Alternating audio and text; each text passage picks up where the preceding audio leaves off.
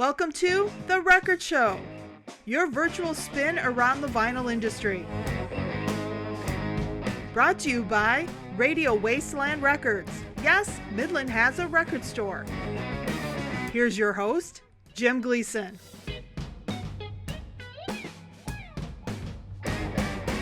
Greetings from the Wasteland and welcome to another edition of The Record Show. We've got a loud one headed your way today, maybe too loud. I'll explain that here in a little bit. Coming up, we will take a closer look and listen at a new one from Kiefer Sutherland. Yes, Kiefer Sutherland. And we'll dissect Pink Floyd's very first release as they get set to reissue the mono version of that landmark piece. But first, let's take a look at the highlights of this week's new releases headed to an independent record store near you. Ken is still busy this week with the Record Store Day preps, so we'll hopefully have to talk with him next week and handle this one on our own. But out the gate today, we are looking at that reissue from Pink Floyd. And this is a mono reissue of The Piper at the Gates of Dawn. Originally released in 1967, this is what put Pink Floyd on the map. Although not quite the same map they used to navigate later on once Syd Barrett left the group. Now this mono reissue was previously only available as a 2018 Record Store Day exclusive, so they finally got around to reissuing this. It's housed in a single standard sleeve jacket similar to the 2016 stereo release, as opposed to the deluxe packaging from the 2018 RSD release. Now, just as an FYI, the song lineup on this new reissue follows the original UK release. We'll have more on that coming up here in a little bit.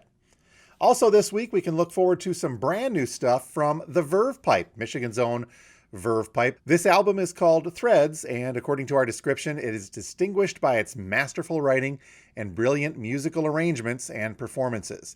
Our description goes on to say that this album is inspired by a Japanese legend of a red thread of fate that connects us all to those who play an important role in our lives. Songwriters Brian Vander Ark and Channing Lee weave this theme symbolically in and out of each of the 12 original songs on this new album, as they tell the stories of love, heartbreak, abuse, addiction, hope, and revenge. Looking forward to hearing this. I've been a fan of the Verve Pipe for quite some time, going back to their pre-Villains days, the days before they released Freshman. Even had a chance to see them on Mackinac Island on my honeymoon in 1992, playing in the basement bar down there. Had some great conversations with the band at the time in between sets. So really looking forward to this and hoping that it's going to be another big release for the Verve Pipe. Also this week, we've got something brand new from Guided by Voices. This one's called Crystal Nuns Cathedral.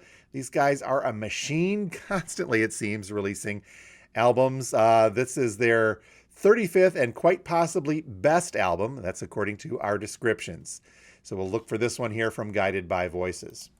Up next on our slate of new releases is something from Kiefer Sutherland. Yes, the actor Kiefer Sutherland, trying his hand with the musical side of his talents with an album called Bloor Street. According to Kiefer, speaking about the single Bloor Street from that album, he says, "They say you can never go home. This song for me says in your heart you never leave." So Bloor Street is an album, again according to the descriptions, that presents a rich variety of sounds, two-stepping in time, ups the tempo as Kiefer steps boldly into the heartland, rock and roll territory to tell the story of a love that changes everything. Looks like there's 11 tracks on this album, and it is kind of an indie rock, maybe a little country folkish sound on there. We'll have a little bit more from Kiefer coming up at the end of the show in our spin from the Wasteland.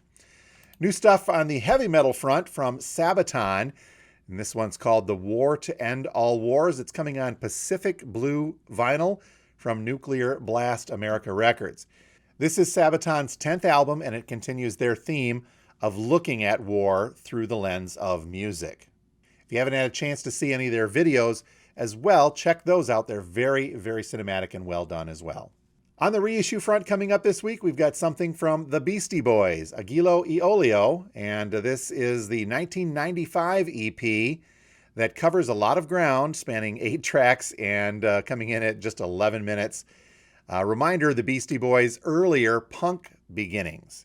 So check that out if you are fans of the early Beastie Boys stuff. Also, too, is something from Skid Row, a reissue of their self-titled. Seems like we had this one not too far back, but again, they're just reissuing probably a repressing of this coming from Friday Music. So that's a quick look at the highlights of this week's new releases, headed to an independent record store near you. Well, as I mentioned earlier, this week we'll see the release of the mono version of Pink Floyd's 1967 debut album, The Piper at the Gates of Dawn. Now, for those of you who are unfamiliar with this era of Pink Floyd, especially if you're a fan of their bigger, more popular albums like The Wall or Dark Side of the Moon, Wish You Were Here, etc., this is a tremendous departure from that type of music. The sounds of Pink Floyd with Syd Barrett at the helm, especially in their debut in 1967, are markedly different. A heavier, psychedelic sound is the way to go with this early Floyd. This iteration of Pink Floyd also comes before the time of David Gilmour, so the lineup for Piper is simply Syd Barrett, Roger Waters, Nick Wright, and Nick Mason. Now, back in 1967, the heavier psychedelic sounds were not something Pink Floyd had invented, although they were there at the forefront of this musical movement. But not everyone was a fan of that sound, including British music critic Hans Keller. Here he is in 1967 on the BBC with Syd Barrett and Roger Waters, and he's not a happy guy.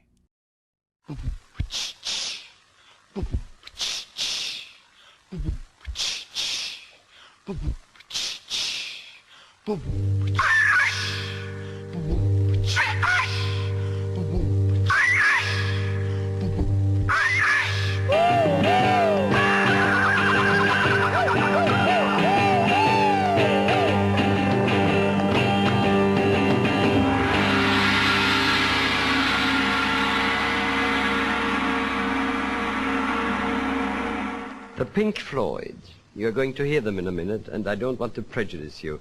Hear them and see them first, and we'll talk about them afterwards. But 4 quick points I want to make before you hear them. The first is that what you heard at the beginning, that short bit, those few seconds, are really all I can hear in them, which is to say, to my mind, there is continuous repetition, and proportionately they are a bit boring. My second point is that they are terribly loud. You couldn't quite hear that because, of course, from your sets, it isn't as loud as it is here in the studio and as it was in the festival hall in the Queen Elizabeth Hall on Friday. I will ask them about that when we come to talk. My third point is that perhaps I'm a little bit too much of a musician to fully appreciate them. And the reason why I say this is that, they have an audience, and people who have an audience ought to be heard.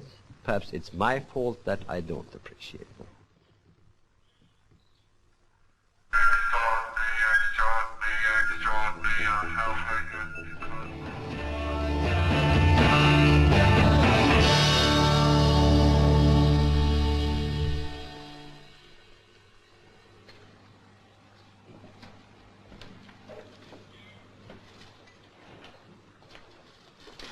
Well, if I first may turn to Roger, I want to ask one fundamental question, of which our televiewers may not be quite aware the significance of it, because they didn't hear all of it. Why has it all got to be so terribly loud? For me, frankly, it's too loud. I just can't bear it. I happen to have grown up in the string quartet, which is a bit softer. So why has it got to be so loud, so amplified? Well, I don't guess it has to be, but I mean, that's the way we like it. And we didn't grow up with a string quartet, and I guess that could be one of the reasons why it is loud. And it doesn't sound terribly loud to us.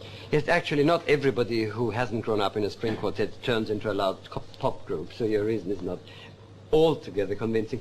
But I accept that you like it. What I'm saying is that if one gets immune to this kind of sound, one may find it difficult to appreciate softer types of sound. Sid, yes? No? I don't think that's so. No. I mean, everybody listens. We don't need it very loud to be able to hear it, and with some of it is very quiet, in fact. Right. Personally, I like quiet music just as much as loud music. I'm looking forward to hearing this mono reissue that's coming out this week. Very curious to hear what it sounds like. But there is something to be said about first pressings and early pressings of this. If you're looking for The Piper at the Gates of Dawn on Discogs, first pressings of the UK version can fetch quite a bit, anywhere between $500 up to $1,600, of course, depending upon condition. But another interesting point about these early issues is the fact that there's a song lineup difference between the UK version and the US version. The UK version of the album led off with Astronomy Domini on side A and Interstellar Overdrive on side B. In addition to completely rearranging, the US version got rid of Astronomy Domini and Syd Barrett's song Bike and replaced it with See Emily Play. Earlier in my days as a collector, I managed to get a hold of one copy of each of these versions. Although years later, and before we opened up the record store, I let some savvy person talk me out of my British version. Not to be undone, I did find another UK version a little while ago, so I've got both of them back into the fold. There is something to be said about, whether or not you want to keep multiple copies of an album, but in the case of Piper at the Gates of Dawn, seeing that the song lineups are so remarkably different from both versions, that could be a must-have. Now, the new mono version that's being reissued this week has the original UK song lineup, so you will get Astronomy Domini on there, as well as Interstellar Overdrive and Bike. So if you're a fan of heavy psychedelic rock, loud stuff as well, and are a fan of Pink Floyd, make sure you check out The Piper at the Gates of Dawn. If you're lucky enough to find an OG, cool. Or just look for one of the reissues hitting a record store near you this Friday. And finally today, if, like me, you're curious just what Kiefer Sutherland on vinyl is going to sound like, here's a clip from his new album. Thanks a lot for watching, and we'll see you next week on The Record Show.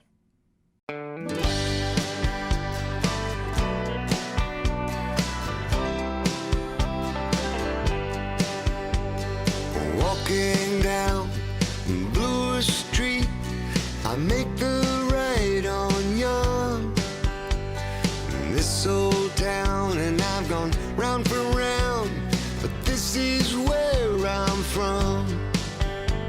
I could feel the wind coming off the lake.